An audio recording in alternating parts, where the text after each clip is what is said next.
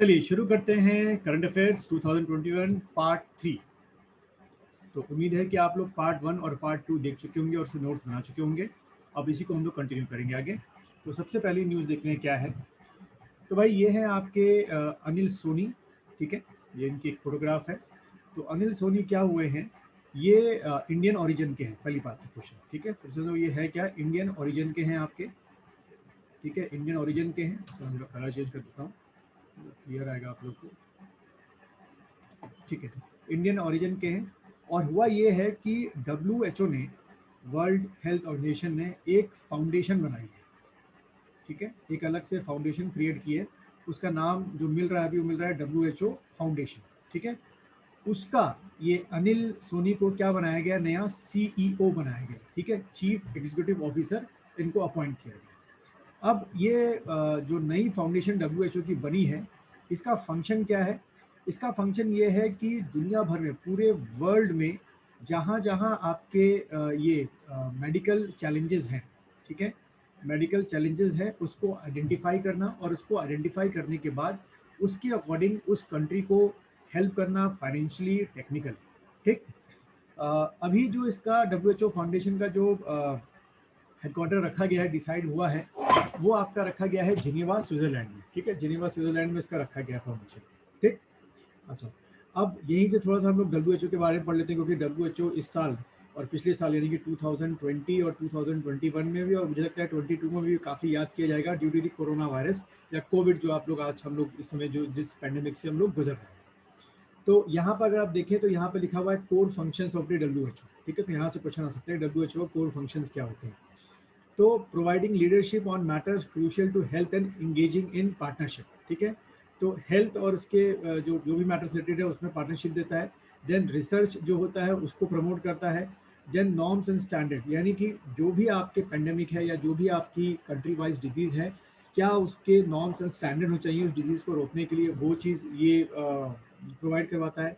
Then ethical जो education हैं और इथिकल जो वर्किंग है वो प्रोवाइड कराता है। देन टेक्निकल सपोर्ट प्रोवाइड कराता है और मॉनिटरिंग प्रोवाइड कराता है, ठीक है। ये इसके क्या है, कुछ आपके ऑब्जेक्टिव्स हैं जो आपके एग्जाम में पूछे आ सकते हैं।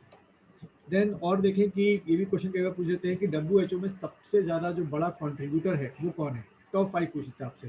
तो देखिए WHO में सबसे बड़ा कंट्रीब्यूटर आपका अमेरिका है। इसीलिए अमेरिका पिछले साल WHO से बड़ा गुस्सा हुआ था कि जब चाइना में ये पेंडेमिक का स्टार्टिंग हुई थी, क्या WHO को इस बारे में पता था, और अगर पता था तो WHO ने पूरी दुनिया को और ख़ास तौर पे अमेरिका को इसके लिए अवेयर क्यों नहीं किया, ठीक है। दूसरे नंबर पे चाइना है, आप देख सकते हैं। थर्ड नंबर पे जापान है। फोर्थ पे जर्मनी है। फिफ्थ पे आपका UK है, ठीक है। तो टॉप 5 आपको याद रखने हैं जो सबसे बड़े कंट्रीब्यूटर है और यहाँ पैसा क्या करते हैं, कंट्रीब्यूट करते हैं। ये आपसे आपके एग्जाम में पूछा जाता है। देन यहीं पर WHO का थोड़ा सा मैंने तैयार कर रखा था कि WHO World Health Organization, the United Nation specialised agency, यानी किसकी, WHO किसका पार्ट है, UNO का पार्ट है, ठीक है। UNO का पार्ट है फॉर हेल्थ। और ये कब आपकी बनी थी, 1948 में बनी थी। तो एग्जाम में आ सकता है कि WHO का फॉर्मेशन जो है वो कब हुआ, 1948 में। देन इसका भी हेडक्वार्टर कहाँ पर है, जिनेवा स्विट्जरलैंड में रखा गया है। टोटल WHO में मेंबर जो है वो दिखा रहे हैं कितने, 194 मेंबर स्टेट्स, ठीक है। और इसके 6 रीजनल ऑफिस हैं और 150 आपके कंट्री के ऑफिस हैं, ठीक है। तो ये तो शायद ना पूछें, हाँ, लेकिन आपसे रीजनल ऑफिस पूछ सकता है कितने हैं, और WHO में टोटल कितने आपके मेंबर्स हैं, तो 194 आपके मेंबर्स हैं। Then it is an intergovernmental organization works in collaboration with member state usually through the Ministry of Health। यानी कि जैसे कि अगर हम अपनी बात करें तो हमारी जो मिनिस्ट्री ऑफ हेल्थ होगी वो किससे जुड़ी होगी, आपकी WHO से जुड़ी होगी, ठीक है। बाकी इसके फंक्शंस मैं आपको बता चुका हूँ शुरू में, वही चीज़ आपके फंक्शंस हैं। देन वर्ल्ड हेल्थ डे जो है वो सेलिब्रेट कब करते हैं, 7 अप्रैल। ये आपसे पूछ सकते हैं एग्जाम में कि वर्ल्ड हेल्थ डे जो है सेलिब्रेट कब किया जाता है, 7 अप्रैल। अगला ये पर्सन है मंगलेश डबराल, ठीक है। इनकी दिसंबर 2020 में डेथ हो गई। तो ये बहुत ही फेमस आपके राइटर भी हैं और जर्नलिस्ट भी हैं, थे, मतलब सॉरी, राइटर भी थे और जर्नलिस्ट भी थे। तो इनकी कुछ जो इनकी बुक्स हैं उनके नाम आपके एग्जाम में आ सकते हैं। तो मैं उनके बुक्स के नाम आपको डिक्टेट कर देता हूँ। पहला बुक का नाम है घर का रास्ता। देन दूसरी किताब का नाम है पहाड़ पर लालटेन। देन थर्ड बुक है आपकी हम जो देखते हैं, एंड फोर्थ बड़ी फेमस बुक है इनकी नए युग में शत्रु। ठीक है, इसको आप कर्सर को दोबारा रिपीट करके सुन सकते हैं। और इनको डबराल जी को 2000 में क्या मिला था, आपका साहित्य एकेडमी अवार्ड, जो बड़ी प्रेस्टिजियस अवार्ड होता है, माना जाता है जो राइटर्स को मिलता है, तो ये इनको मिला। देन अगला आप जैसे देख रहे हैं, ये यालाहंका जो है ये आपका क्या है, एयर बेस है, हमारे इंडियन एयरफोर्स का एयर बेस है यालाहंका। ये आपका कहाँ पर है, पहले तो क्वेश्चन ये आ जाएगा भाई, ये आपका बैंगलोर में है, ठीक है, या बेंगलुरु।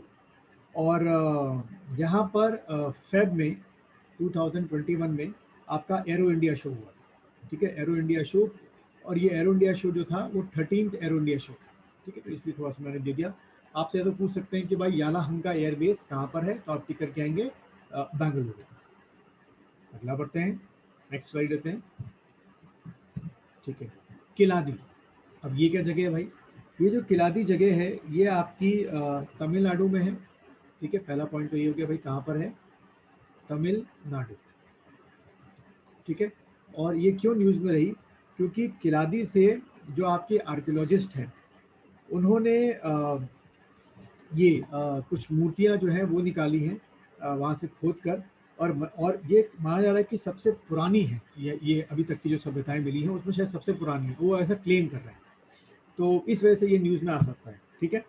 और ये जो आपकी मूर्तियां इन्होंने खोद के किलादी से निकाली है, इसके ऊपर इनको एक कवरिंग मिली है जो कि बड़ी साइंटिफिक कवरिंग है, जिससे ये मूर्तियां खराब ना हो या ये आइडल्स खराब ना हो, और वो है कोटिंग्स कार्बन नैनोट्यूब्स, CNT की कवरिंग मिली है, ठीक है, कोटिंग कार्बन नैनोट्यूब।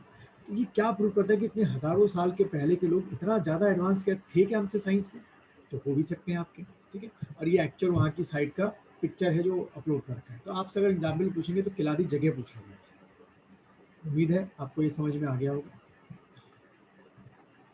अगला है आपका जैसे कि आप देख रहे हैं मॉस गार्डन, ठीक है। देखो सबसे पहले तो आपको ये समझना है कि मॉस होता क्या है, ठीक है। तो ये जो मॉस होता है एक्चुअल ऐसे देखने को मिलता है आपको, जब भी आप कभी पहाड़ों में जाते हैं तो ये आपको ऐसे चट्टानों पे उगा हुआ दिखता है मॉस। ये फाइलम ब्रायोफाइटा एक होता है बॉटनी में, ठीक है, ब्रायोफाइटा, ये इसको बिलोंग करता है, मॉसिस, ठीक है, भूलना नहीं, मॉसिस, ठीक है। तो ये उसको बिलोंग करता है, ब्रायोफाइटा। और ये कुछ इसका लाइफ साइकिल होता है कि पहले ये गैमेटोफाइट स्टेज में होते हैं और फिर इनकी दूसरी स्पोरोफाइट स्टेज होती है। तो बिल्कुल ये आपको नॉर्मल प्लांट की तरह लगेंगे, लेकिन एक्चुअली ये प्लांट जो जिम्नोस्पर्म है जो आप अपनी चारों ओर देख रहे हैं वो उनके नहीं है, ये अलग है। जब मैं आपको बायो पढ़ाऊंगा तो उसमें आपको समझाऊंगा सारा का सारा बॉटनी जूलॉजी, जैसे आप खान सर से बोलते हैं इस बारे में। अच्छा क्या, अगला ये हमारा हो गया ब्रायोफाइटा। तो ये जो पहला मॉस गार्डन है, the first moss garden of India opened कहाँ पर, ये जैसे कि आपको नाम दिख रहा होगा, खुरपा ताल, ठीक है, खुरपा ताल, ये नैनीताल के पास एक जगह है वहां पर खुला है। तो पूरे भारत में पहला मॉस गार्डन कहीं खुला है, तो आप टिक करके आएंगे नैनीताल में। नैनीताल में कहाँ, खुरपा ताल में, ठीक है। और इसको खोलने वाले जो है वो बड़े फेमस इन्वायरमेंटलिस्ट हैं, उनका नाम है राजेंद्र राजेंद्र सिंह, ठीक है।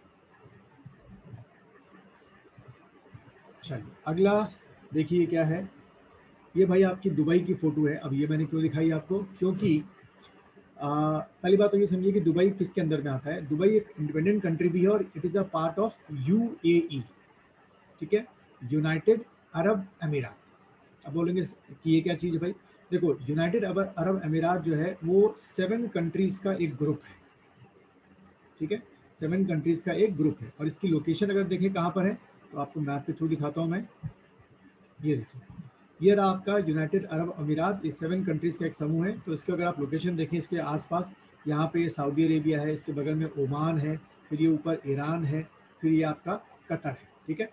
तो यहाँ पर आपका ये UAE है, ठीक है।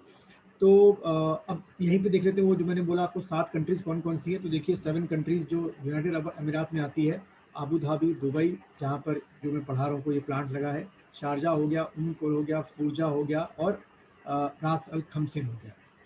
तो क्वेश्चन क्या था कि दुबई में आउट ऑफ 7 में से दुबई में पहला कोल बेस्ड जो है वो प्लांट लगाया गया है, इलेक्ट्रिसिटी प्लांट, ठीक है, थर्मल प्लांट जिसको हम लोग बोलते हैं, थर्मल प्लांट। क्योंकि वहाँ पर ज़्यादातर जो है वो लोग किसको यूज़ करते थे बिजली पैदा करने के लिए, तेल को, क्रूड ऑयल को, बट अब वो कोयले को यूज़ करने वाले हैं। तो ये क्वेश्चन ऐसे बनेगा कि अरेबियन वर्ल्ड में या आपका ये गल्फ ऑफ अरब में पहली ऐसी कौन सी अरब अरेबियन कंट्री है जो थर्मल पावर प्लांट अपने यहाँ लगा रही है, तो आप टिक करेंगे दुबई, ठीक है। और दुबई किसके अंदर आएगा, यूएई के अंदर। यूएई में कितनी कंट्रीज हैं, 7, और ये आपको मैंने इसकी क्या दिखा दी, लोकेशन। उम्मीद है आपको समझ में आ गया होगा। अगला बढ़ते हैं हम लोग। अगला है भाई, ये न्यूज़ है सिंगापुर के बारे में। Singapore, Singapore becomes the first country in the world which impose taxes on the basis of facial recognition, कि जिससे कोई बच ना पाए टैक्स देने से, ठीक है। तो ऐसा करने वाला सिंगापुर पहला कंट्री बन गया है कि टैक्स की चोरी लगभग अब वहाँ पे बंद ही हो जाएगी जब वो फेशियल रिकॉग्निशन कर देंगे किसने टैक्स दिया है और किसने टैक्स नहीं दिया है। तो ये आप अगर एग्जाम में आएगा तो सिंगापुर टिक करके, उम्मीद है आपको समझ में आ गया होगा और आपने लिख भी लिया होगा। तो देखिए आप लोग जितना सके वीडियो को पॉज करके पहले लिखा करो, क्योंकि लगातार वीडियो देखते रहोगे तो वो छूट जाता है, और मुझे काफ़ी कुछ एक ही वीडियो में कवर अप करना होता है, इसलिए मेरी मजबूरी है कि मैं आपको डिक्टेट नहीं कर रहा हूँ, फटाफट मैं बताते जा रहा हूँ। It is up to you कि वीडियो को पॉज करो, रिवाइंड करो, उसके नोट्स बनाओ और उसको लिखो। नेक्स्ट बढ़ते हैं। अगला है आपका ये पुत्तूर, ठीक है, ये जो आप नाम देख रहे हैं पुत्तूर, ये आपका केरला में, ठीक है। अब ये न्यूज़ में क्यों रहा पुत्तूर, क्योंकि यहाँ पर फर्स्ट इंडिया का एलिफेंट रिहैबिलिटेशन सेंटर खोला गया है, ठीक है।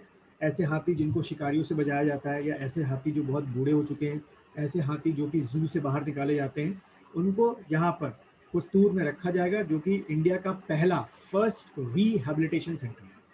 दूसरा एक और चीज़ बताना चाहूँगा कि केरला में ही अगर देखें ऐसा स्टेट है जहाँ सबसे ज़्यादा क्या है आपके एलिफेंट्स, ये भी आप टिक कर सकते हैं, ठीक है। अच्छा, और इसका जो टोटल कॉस्ट है वो 108 करोड़ रुपीज़ जो है वो खर्च करना पड़ रहा है, ठीक है। चलिए आगे बढ़ते हैं हम लोग। अगला है आपका ये नॉर्थ ईस्ट में आसाम। आसाम में एक जगह है गोगामुख, गोगामुख, तो वहाँ पर क्या ओपन किया गया है, IA Indian agriculture research institute, IARI open किया गया गोगामुख में। तो नाम याद रखना गोगामुख। ये नॉर्थ ईस्ट का कह सकते हो एक पहला आपका IAR है। इससे आपके जो अरुणाचल है, मेघालय है, मणिपुर, मिजोरम, नागालैंड, त्रिपुरा, सिक्किम, इन सबको एग्रीकल्चर की फील्ड में बहुत ज़्यादा टेक्निकल क्या मिलेगी, हेल्प मिलेगी। तो इसका बहुत ज़्यादा क्या है आपका इम्पोर्टेंस है। चलिए अगला, ये थोड़ा सा पुराना न्यूज़ है लेकिन मुझे लगा कि आपके साथ शेयर करना है। ये आपका सोलर ट्री है, सोलर ट्री है, ठीक है। अब सोलर ट्री क्यों बोला गया है, क्योंकि ये ऐसे ट्री की है और ये आपके क्या है, सोलर पैनल्स हैं, ठीक है। ये एक एक सोलर पैनल जो है वो 330 वॉट के होते हैं, ठीक है। तो ये जो टोटल सोलर पैनल है इसकी जो टोटल आउटपुट है वो अप्रॉक्स 11 किलो वॉट है, ठीक है। बहुत होता है 11 किलो वॉट। और ये सोलर ट्री जो है वो भारत का पहला सोलर ट्री है। ये ऐसे क्वेश्चन है कि India first solar tree has been establish, तो ये है आपका सोलर ट्री। ये एस्टैब्लिश हुआ है दुर्गापुर बंगाल, दुर्गापुर वेस्ट बंगाल, ठीक है। तो उम्मीद है अगर ये क्वेश्चन में आएगा तो आप आराम से इसको कर लेंगे, ठीक है। ये पैनल्स आप देख रहे हैं एक एक वॉट, 1 2 3 4 5 6 करके ऐसे करके 11 किलो वॉट का बनाया गया है।